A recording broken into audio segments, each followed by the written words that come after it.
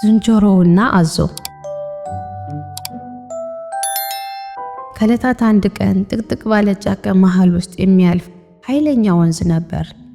እዚህ ወንዝ ውስጥ ደግሞ አንድ ሽማግሌ አዞ ይኖር ነበረ። አዞም በማርጀቱ የተነሳ ሰውነቱ በጣም ስለተዳከመ አድኑን ለመብላት በጣም ይቸገር ነበር።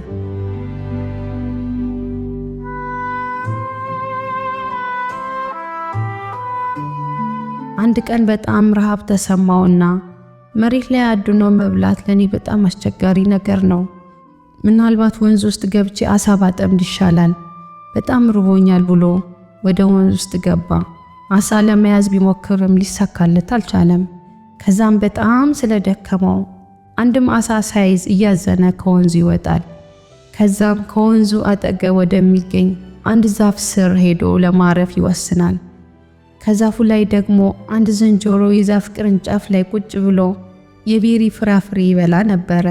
በድንገት አዞ ዝንጀሮውን ያየውና ምንድነው እየበላህ ያለኸው?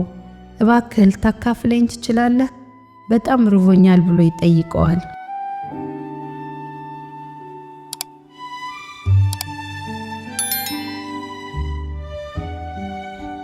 ዝንጀሮውም እነዚህ ቤሪ ፍራፍሬዎች ናቸው እና በጣም ጣፋጭ ናቸው ብሎ የተወሰነ ይሰጠዋል። አዞም የቤሪውን ፍራፍሬ ከበላ በኋላ ወይኔ በጣም የሚጣፍጥ ፍራፍሬ ነው፣ አመሰግናለሁ፣ በጣም ርቦኝ ነበር እናም ረዳኸኝ፣ በጣም የዋህ ነህ፣ እንዳንተ አይነት መልካም ጓደኛ ቢኖረኝ ደስ ይለኛል ብሎ በደስታ ይነግረዋል። ዝንጀሮም በቃ ካሁን በኋላ ጓደኛሞች ሆነናል፣ ከዚህ በኋላ ሲርብህ ወደዚህ ዛፍ ናና እኔም ከፍራፍሬው ሰጣለሁ ይለዋል።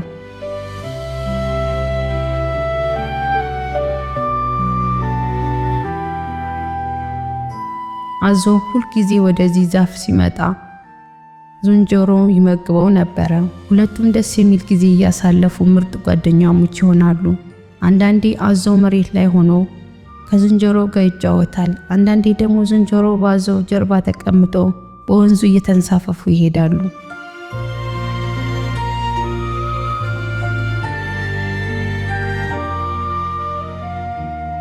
አንድ ቀን አዞ ዝንጀሮ ወደሚገኝበት ዛፍ መጥቶ እንዲህ ይሎ ይጠይቀዋል። ጓደኛዬ ሚስቴ ይሄንን ፍራፍሬ እንዳቀምሳት ፈልጌ ነበር እና የተወሰነ ልትሰጠኝ ትችላለህ ብሎ ይጠይቀዋል። እሱም ምንም ችግር የለውም ብሎ ከዛፉ የተወሰነ ቤሪ ቀንጥሶ ይሰጠዋል። አዞም በወንዙ በሌላኛው በኩል ወደምትኖረው ሚስቱ ይሄዳል።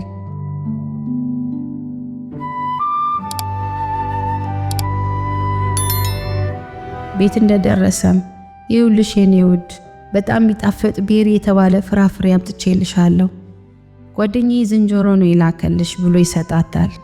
እሷም ተቀብላ ከበላችሁ በኋላ ዋው በጣም ጣፋጭ ፍራፍሬ ነው፣ ግን የኔ ውድ ባል እስከ መቼ ነው ቤሪ የተባለውን ፍራፍሬ እየበላ የምትቆየው? ይሄ ቤሪ ያልከው ፍራፍሬ በጣም የሚጣፍጥ ከሆነ እናም ዝንጀሮ ሁልጊዜ ይህንን ፍራፍሬ የሚበላ ከሆነ ዝንጀሮ ራሱ ምን ያህል ጣፋጭ እንደሆነ አስበኸው ታውቃለህ ብላ ጠየቀችው። እሱም አዎ እሱ በጣም ደስ የሚል ዝንጀሮ ነው፣ ሁልጊዜ ከፍራፍሬው እንዳካፈለኝ ነው ብሎ ይመልስላታል። ሚስቲቱም እንዲህ ብላ ነገረችው፣ ቤሪው በጣም ጣፋጭ ከሆነ የዝንጀሮው ልብ ምን ያህል ጣፋጭ ሊሆን እንደሚችል አስበኸዋል? እኔ ለረጅም ጊዜ ምንም ስጋ አልበላሁም እና የዚህን ዝንጀሮ ልብ ልታመጣልኝ ትችላለህ ብላ ጠየቀችው። አዞውም በጣም ደነገጠ። ምን የምርሽን ነው? ለምን እንደዚህ ያደርጋለሁ? እሱ እኮ ወዳጄ ነው፣ ልጎዳው አልፈልግም።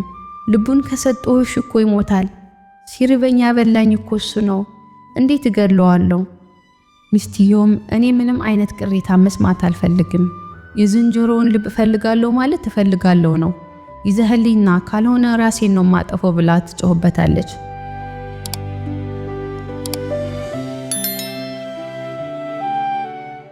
ምስኪኑ አዞ ግራ ተጋባ። ብዙ ካሰበ በኋላ ወደ ዝንጀሮ ይሄድና ወደ ቤቴ ልጋብዝህ ብሎ ሊያታለው ይሞክራል። ውድ ዝንጀሮ ሚስቴ በላክላት ቤሪ በጣም ስለተደሰተች ቤት ውስጥ ራት ልትጋብዝህ ትፈልጋለች። ስለዚህ እባክህ ራት ከኛ ጋር እንድትበላ እፈልጋለሁ ብሎ ይጠይቀዋል።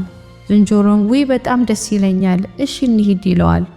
ከዛም አንድ ላይ ሆነው መሄድ ይጀምራሉ። እየሄዱ ያለ ደግሞ ዝንጀሮ እንዲህ ብሎ ይጠይቀዋል። ጓደኛዬ ሚስትህ ለእራት ምንድነው የምትሰራለን? አዞም ሙዝ በጣም ትወድ የለ? ስለዚህ የሙዝ ዳቦና ኩኪስ ለአንተ ትሰራልሃለች ይለዋል። ዝንጀሮም ውይ በጣም ደስ ይላል፣ ሄጂ እስክበላ ድረስ በጣም ጓጉቻለሁ ብሎ ይመልስለታል። አዞም የጓደኛውን ደስታ ካየ በኋላ የጥፋተኝነት ስሜት ስለተሰማው እውነቱን ሊነግረው ወሰነ። ጓደኛዬ የሆነ ነገር ልነግርህ ነው። ሚስቴን ያንተን ልብ መብላት ትፈልጋለች። እባክህ ይቅር በለኝ። እሷ እንዳለችው ከሆነ ልብህን ካልበላች በጣም እንደምትታመም ነው የነገረችኝ። ዝንጀሮን ይህን ከሰማ በኋላ የሆነ ሐሳብ ይመጣለታል። ወይ ነው እንዴ? አሁን ገባኝ። ምንም ችግር የለውም። ጓደኛዬ ግን ለምን ቀድመህ አልነገርከኝም ነበር? እኛ ዝንጀሮዎች እኮ ልባችን ለጥንቃቄ ሲባል ዛፍ ላይ ነው የምናስቀምጠው። ስለዚህ ልቤን ለማምጣት ወደ ዛፉ መመለስ ይኖርብናል። አዞም ወይኔ ምን አይነት ጅል ነኝ። በቃ እሺ ተመልሰን እንሄድና ልብህን እናምጣው። ያለ ልብህ ከሄድን ሚስቴ በጣም ትናደድና የኔን ልብ ነው የምትበላው። ከዛም አዞም በፍጥነት ዝንጀሮውን በጀርባውን ይዞ ወደ ዛፉ ይመለሳል።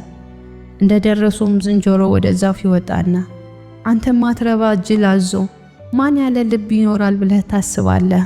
እንደ ጓደኛ እርዳኝ ስትለኝ ረድቼህ ነበር፣ ምግቤንም አካፈልኩ እና ውለታዬን በእንደዚህ ነው የምትመልስልኝ?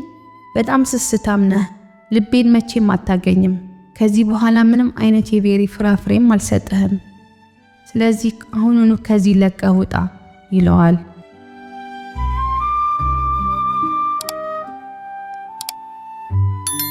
ጎበዙ ዝንጀሮ በብልሃቱ ሕይወቱን ሊያድን ቻለ።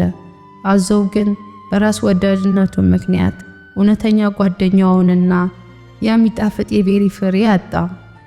ስለዚህ ከዚህ የምንማረው የረዱንን ጓደኞቻችን መካድ እንደሌለብን ነው።